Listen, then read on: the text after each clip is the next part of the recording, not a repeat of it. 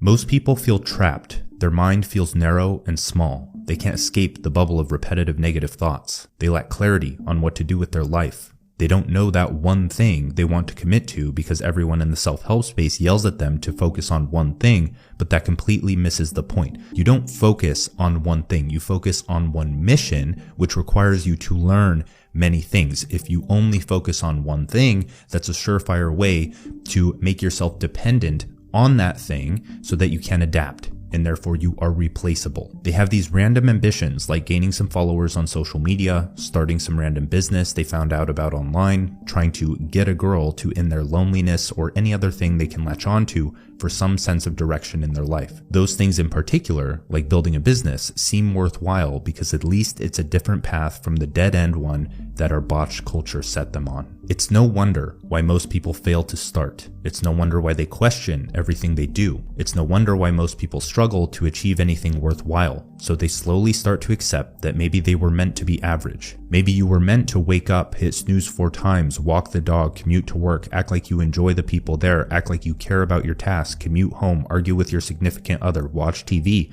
pass out, repeat. But there's something missing. You're trying to achieve freedom with a mind that was conditioned to be a servant. That's like trying to put a square block in a circular hole. It will never work.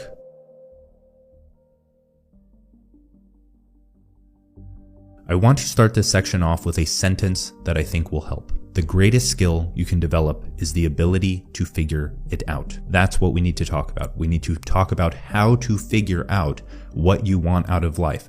And I can guarantee you right now that it doesn't come from someone else, even me, telling you what you should do. Why is that? It's because humans are natural generalists. Humans build tools to adapt to different niches and environments. Animals, on the other hand, like lions in the Sahara or polar bears in Alaska, wouldn't survive if they were thrown into a different niche. And this extends beyond physical tools. Humans invented mental tools like language, culture, religion, and stories so they could build, adapt, and acquire the skills and knowledge necessary to adapt to any niche. This is the ability that makes us unique. This is the ability that most people have lost. You see, as children, we love to adventure, we love to discover, we love to figure things out, we make mistakes and learn from them, we touch fire. But then our learning stops being about real mistakes. It starts being about the traits our parents and teachers dislike in us, the traits they find annoying or uncivilized, the traits they don't think will lead to the version of success they were conditioned to believe is the only one true path, and they haven't opened their mind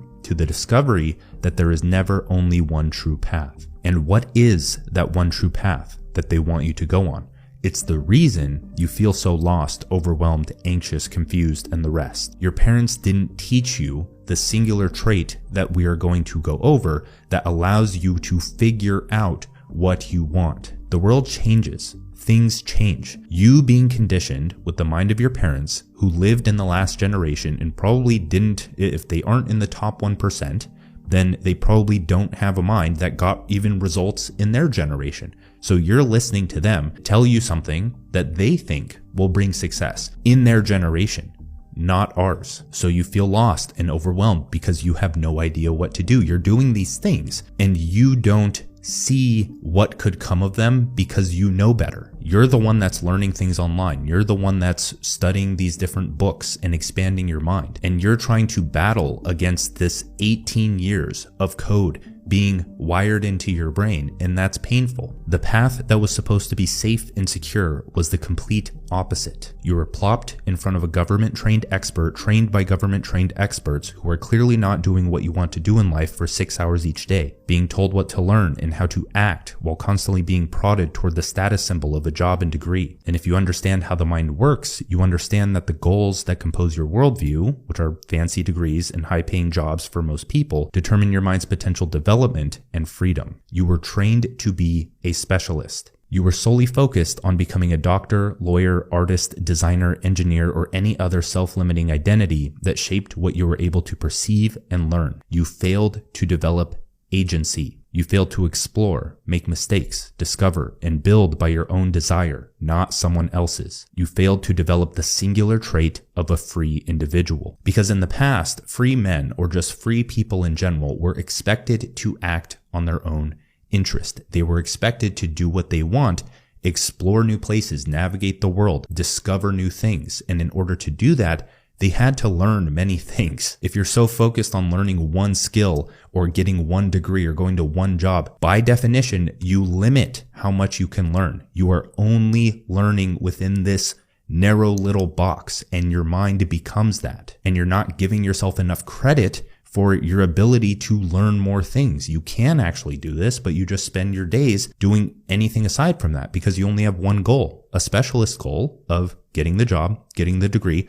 learning one skill, learning one specific thing, when your mind can do so much more than that. I mean, your mind is able to render reality. It's the fastest supercomputer in the world. The thing with this is that the greatest designers or the greatest artists or the greatest writers were only great because they had experience in other domains, not because they went to some high status school and somehow studied the curriculum that everyone else is going through better than them. When you're studying the same thing as everyone else, you may be able to have different insights, but you're still studying the same things as everyone else. What makes a great designer is not how well they understand Photoshop. Think about that. A free individual is the opposite of a government-trained specialist or someone who is viewed as a machine for labor, a useful worker, or a slave. The thing with this, when I mention this in previous videos, is that not everyone, I would say maybe 1% of people get upset because they close their mind. They're proving my point when I say they are these things.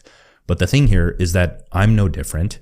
The people who don't react to this specific thing are any different. We're all slaves in our own regard. It's not physical, it's mental, because we're learning to navigate this world. The only thing that I'm trying to do, I'm not trying to make you feel bad. You are making yourself feel bad and reacting because of it, because of how you perceive what I'm saying right now, when that's not the intention at all. My intention is to make you aware of something so you can improve your life. And if you see it any different from that, then that's going to be difficult to overcome. Okay, so I danced around the point a bit in how to figure out what you want out of life, but it's absolutely necessary that you have awareness on what you don't want out of life. I'm digging deep. I'm exaggerating the point. I'm saying you're a slave and you're all these other things when I know you're not a slave. You're not in physical chains right now, but metaphorically, the concept of what one is, you could potentially be that in some area of your life. So by becoming aware of that, because most slaves don't know they're slaves because it's just the norm,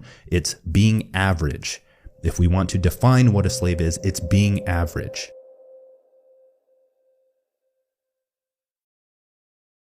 Now that you're aware of that and what you don't want to be average, simple as that, and you're aware of all of the many negative ramifications that come along with that, now we can start moving in a better direction because you need to move away from something in order to move towards something. So I'll start this with another sentence to help frame what we're going to talk about. The greatest mistake is not making mistakes, because the thing is, you're different. You're aware of this. You're observant, maybe a bit quiet, afraid to speak your mind because they won't listen anyway. But that silence is killing you. You tried to fit in. You tried to trust others with your future. You tried to demonize money, success, and the rest because people told you that you don't need it to live a good life, but you need to build because that's how you contribute to others, connect to something greater than yourself, and embark on a unique journey that brings an end to robotic living because you have the money to remove your dependency from that robotic living. We'll talk about this in another video, and I've talked about it in past videos, but money wasn't a necessity to go out and explore and discover new things in the past. It still isn't in many regards today,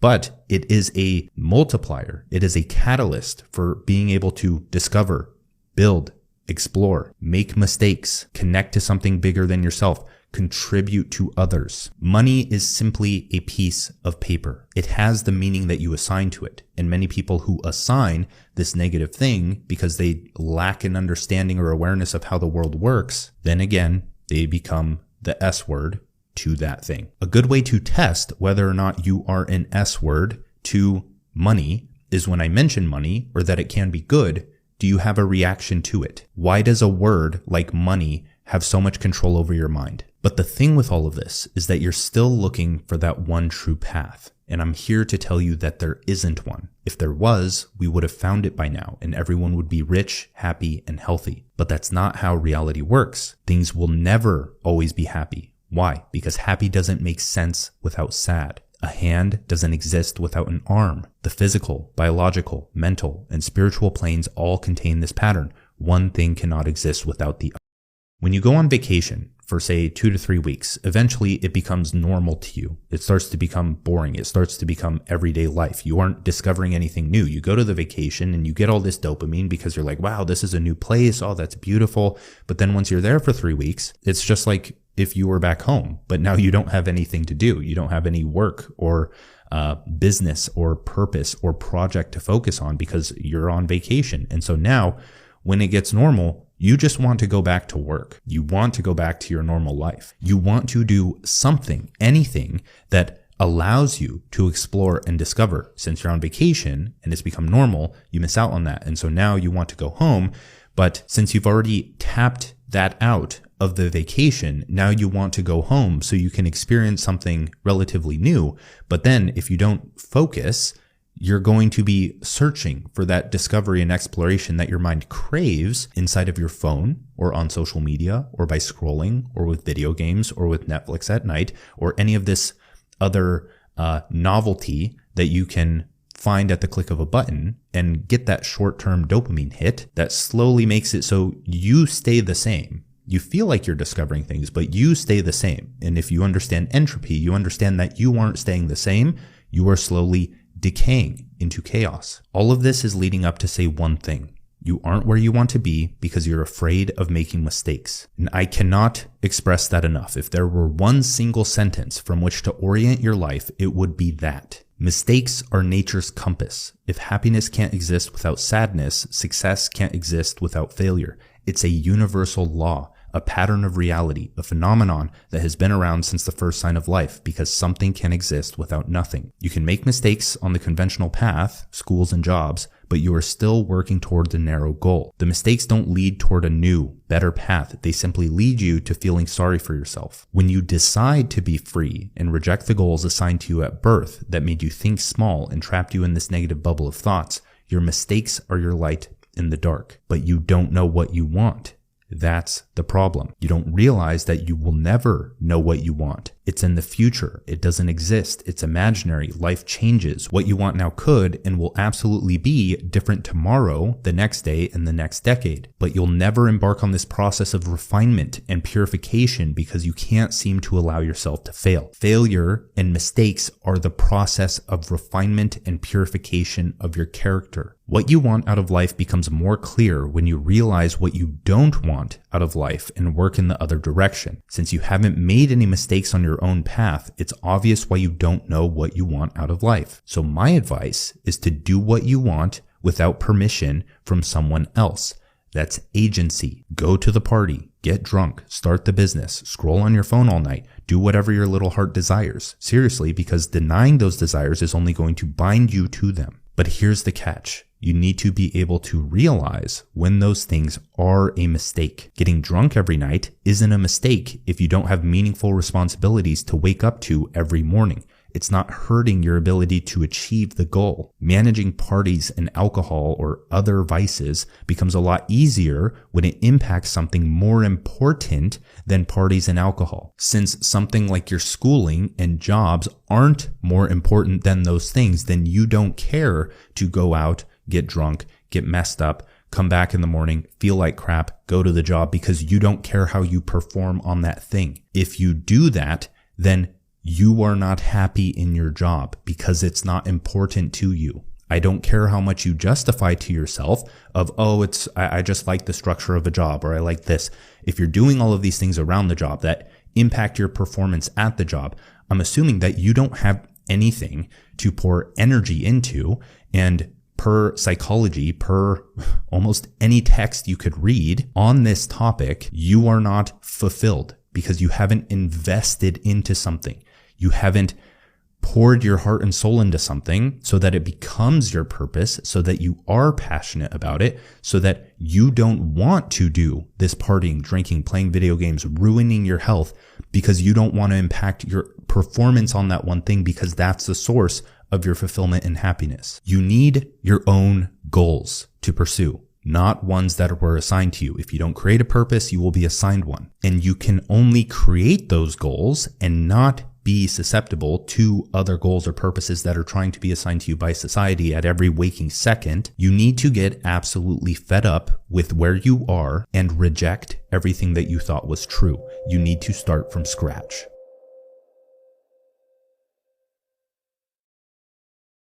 To break things down even further, we now need to talk about how to make the greatest comeback of your life, because you understand how to get what you want. If you missed it in that last section, how to figure out what you want, it's trial and error. That's it. I could go in and I could explain how that works in multiple different examples and situations in your life, but it's trial and error. You make mistakes because mistakes give you direction. And if you latch onto this goal and this path and this prescription that someone else created for you, you think you're going to get the same results as them, but you're probably not going to. A lot of the times you may, if those results are mediocre and easy to acquire and everyone else in society is doing them, like getting a job, getting a degree, getting everything else, but then it's not fulfilling because everyone else is doing it. You're not unique. So you understand how to pave the way. You're just afraid to start and go into the unknown. So let's wrap this up and start this next section with a quote from Krishnamurti. Tradition becomes our security, and when the mind is secure, it is in decay, entropy. When it's secure, when it's stable, when you think you're just staying the same or you're just chilling, you're not. You're in decay, and it's very slow. So it's like going on the vacation. You don't really notice it becoming normal, and then it becomes normal and you're like, holy crap, I'm in a much more terrible situation than I was. And it's so much harder to dig out once you let that go for too long. Life is tricky in that way, where you dig yourself into this hole and you don't even realize it. And when you do realize it, it becomes very difficult to get out. You cannot make discoveries in the known. It just doesn't make sense. Please realize that. You absolutely cannot live a full, open, and non-robotic life if you operate by what your parents and teachers planted in your head. Sure, you can be happy at times, like all people are, but being deeply fulfilled is a different story. Most people haven't experienced that feeling because it's unknown to them, so they don't bother searching for it and instead project their insecurities by telling you how fulfilled they are working as a robot would. The lines of code are engraved on their brain, and again, you can't perceive what is a mistake if you don't have a goal that allows you to. So, living the life you live now is perfectly fine to you until you finally set and cultivate a new goal. You develop a reason behind it. You understand what you don't want out of life. Set the goal, and now you have a frame from which to operate from so that you can fix the mistakes in your lifestyle. You must launch into the unknown, feel as if you are drowning, and learn how to swim. That is how you learn anything, and that is why most people learn nothing. They would rather jump off the deep end, complain about how hard it is, as if it were supposed to be any other way, or as if something that is hard is bad or negative rather than reality itself, and then blame anyone but themselves for their inability to do anything without it being given to them. So what do you do? How do you learn? How do you make the greatest comeback of your life?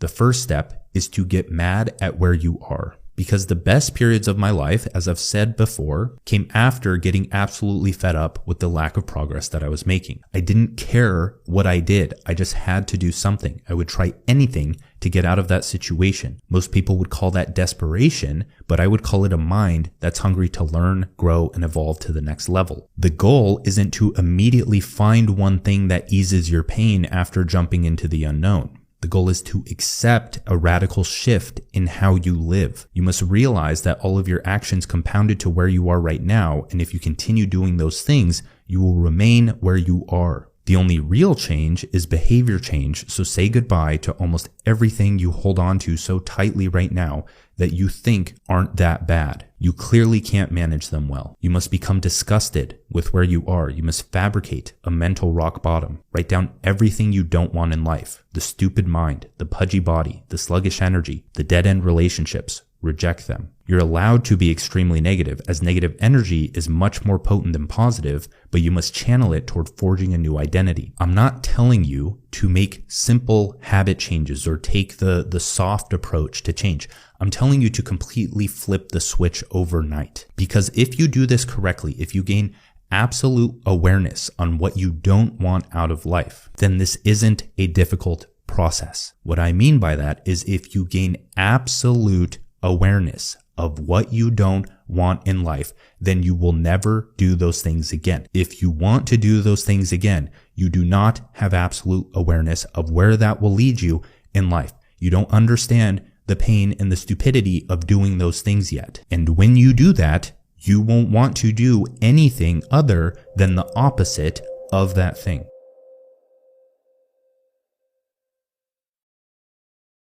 When you reach that point, through contemplation and really understanding what you don't want in life, you disappear for 3 months minimum. In other words, you cut off all of the anchors that are holding you in the situation that you're in. Because with this, if you don't have a vision, you are lost. The negative energy has nowhere to go, so it gets trapped and wreaks havoc in your mind. Psychic entropy. If you don't have a meaningful path, system, or goal to invest that energy into, you decay. But a vision doesn't start out clear. It starts as an educated guess. You won't be confident in it. I think I want to try this business. I think I want to read this book. And that's all it takes to begin reprogramming your mind in a positive direction by redirecting energy toward a better life. Now, if you want to map these, mediocre life is the most uncomfortable thing in the world. Once you realize that, truly realize it, everything else doesn't seem so bad. Give yourself 3 months, not 2 weeks. You need enough time to invest the right amount of energy to the point of seeing that thing as important. Like a song you don't like, but when you listen to it enough, it becomes your favorite song. The gym isn't going to be fun the first time. The skill is going to be difficult the first time. But as your skill begins to match the challenge of the situation, you begin to find the game extremely addicting to the point where it's all you want to do. When many people learn something new, especially when they haven't been in school for a long time, the first thing they say is usually, oh, this is overwhelming, or this is really hard. Yeah, it is. You're learning something. It's something that you don't know. It's in the unknown. It's scary. It's dark. You don't know what's going on. Overwhelm and struggle and mistakes and all of these other things are signals that you're moving in the right direction. It's a signal that you're moving toward a better life and not staying in the comfortable life. If it were comfortable, it wouldn't be worth doing. It wouldn't be a challenge. It wouldn't push you to grow. So that leads us into our last point to tie everything together. If it wasn't a mistake, you didn't learn a thing. Because again, the best decisions of my life are the ones that most people think were stupid. And it's actually quite fun because I can give myself permission to do these stupid things and discover so much in the process. A lot of people hold themselves back from doing these stupid things, which is smart for many people if they can't pull through or they're ruining their lives doing it, but just be smart about these things. The most massive mistakes in my life are the ones that have led to the most growth. In 2018, I maxed out my first credit card to try to make a business work. In 2019, I got rid of everything I owned except for a bag of clothes and my laptop and flew to a different country. In 2020, I signed a lease on an apartment that was 2x what I could afford, and this forced me to make my business work. The catch here is that these don't start as mistakes. They start as risks. The payoff of that risk is the mistake, because if that risk only led to success, you wouldn't learn a thing and you wouldn't be able to replicate it. So am I telling you to do something that's absolutely stupid and you know you shouldn't do? No, you need at least a shred of self-belief that you think you can make it work. You're not just going and doubling your rent because it'll somehow again, you're searching for the quick fix. If you have the quick fix mindset and you think, oh yeah, if I just go double my rent, then I'll make 10 times more in my business. No, you have to understand the process of putting yourself in a stressful situation. It has to be calculated to the point where you know that you don't have any other option but success. So why does this work? Why does this work if you have things right and you aren't just doing it for the quick fix? Reason one is that goldfish grow to fit the tank you put them in. But if you keep them in a small bowl, they never grow. The same is true for your mind. Reason number two is Parkinson's law. Work expands so as to fill the time allotted for completion. But when you launch yourself into the unknown, you threaten your survival and you have less time to become a success. Reason number three is the theme of going full circle. So imagine a straight line with black on one end and white on the other end, blended in between with a gradient. So it's a black to white gradient on a line. Now, if you connect the two ends so it forms a circle, there's an instant flip from black to white. A joke that's so unfunny that it becomes funny. Someone who is so dumb, they become insightful. Someone who is in so much pain that they have no option but to find enjoyment. This is a universal pattern. Leverage it, and there's a psychology behind it. By setting a challenging goal that deep down you know you can achieve, you create a real deadline which eliminates distractions. It leverages your survival instincts to quickly learn what's necessary to stay alive, so your mind focuses on only the important things. So, what do you do? 1. Feel into your situation. Become brutally aware of the life you don't want to live. Let your mind simmer with negativity. 2. Launch into the unknown. Make a stupid decision. Force yourself to pursue the dream you've been putting off. Sink or swim, and understand that you can learn how to swim. 3 is learn and build like a mad scientist. Perform emotional alchemy with the stress, pain, and overwhelm. Channel everything into that one meaningful goal. Study and learn while your mind is primed to store all relevant information. You'll make it through.